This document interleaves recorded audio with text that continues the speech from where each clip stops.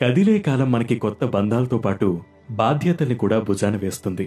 ఆ బరువుని మోస్తూ ఈ జీవితం అనే సముద్రం ఈదుతుంటే, కష్టాలనే చీకట్లు నీ చుట్టూ కమ్మేసినప్పుడు, నా అనుకునే వాళ్ళంతా అవసరం కోసమే నీతో ప్రేమ నటిస్తారనే నిజాన్ని నువ్వు తెలుసుకున్నప్పుడు, గెలుపులో చప్పట్లు కొట్టేవాళ్లంతా ఓడిపోతే నీ చుట్టూ ఉండరని నీకు అర్థమైనప్పుడు, నీ ఒక్క పిలుపు దూరంలో వాడుంటాడు.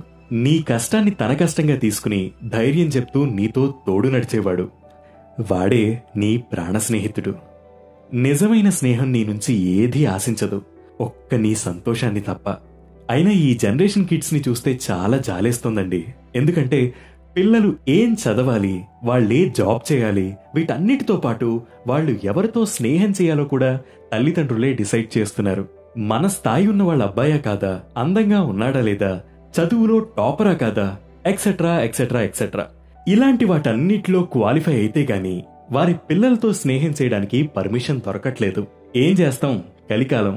అలాంటి స్నేహం చాలా ఆర్టిఫిషియల్ గా ఉంటుంది కదా. ఒకప్పుడు అస్సలు ఇలా ఉండేదే కాదు. మన స్కూల్ ఆర్ కాలేజ్లో నీ బెస్ట్ ఫ్రెండ్ తో కలిసి నువ్వు చేసిన అల్లరి ఈ భూమి మీద ఎవ్వరైనా చేయగలరా?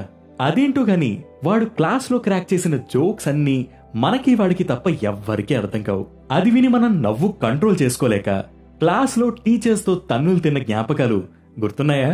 వాడితో చేసిన అల్లరి, వెళ్లిన టూర్లు, షికార్లు, నైట్ అవుట్లు గుర్తొస్తే మీకు ఏమనిపిస్తుంది? నిజం చెప్పండి. రే, మనం పెద్దయ్యాక కూడా ఇలానే కలిసి ఉండాలరా, నిన్ను వదిలి నేనెక్కడికి పోదా మావా అని మీలో ఎంతమంది మీ స్నేహితులకి ఇలాంటి ప్రామిసులు చేసి ఉంటారు? కానీ ఎంతమంది వర్క్స్ లో పడిపోయి కనీసం వాడితో మాట్లాడడానికి కూడా సమయం లేని వాళ్ళు ఎంతమంది ఉన్నారు?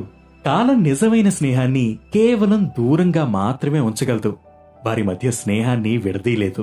మీ లైఫ్ లో మీరు ఫుల్ గా ఎంజాయ్ చేసిన ఒక 10 మూమెంట్స్ చెప్పండి అని అడిగితే అందులో ఒక 9 మీ ఫ్రెండ్ తో కలిసి చేసిన అల్లరే ఉంటుంది. అవునా కాదా?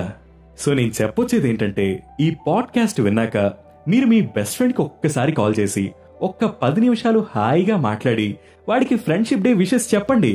వాడు నిన్ను పిచ్చెక్కిందా అని తిడతాడు. పడండి, ఏమీ పర్వాలేదు. సరదాగా నవ్వుకుంటూ ఈ ఫ్రెండ్షిప్ డేని ఫుల్ గా మీ ఫ్రెండ్స్ తో ఎంజాయ్ చేయండి. మరి ప్రియాది ప్రియమైన మిత్రులందరికీ స్నేహితుల దినోత్సవ శుభాకాంక్షలు.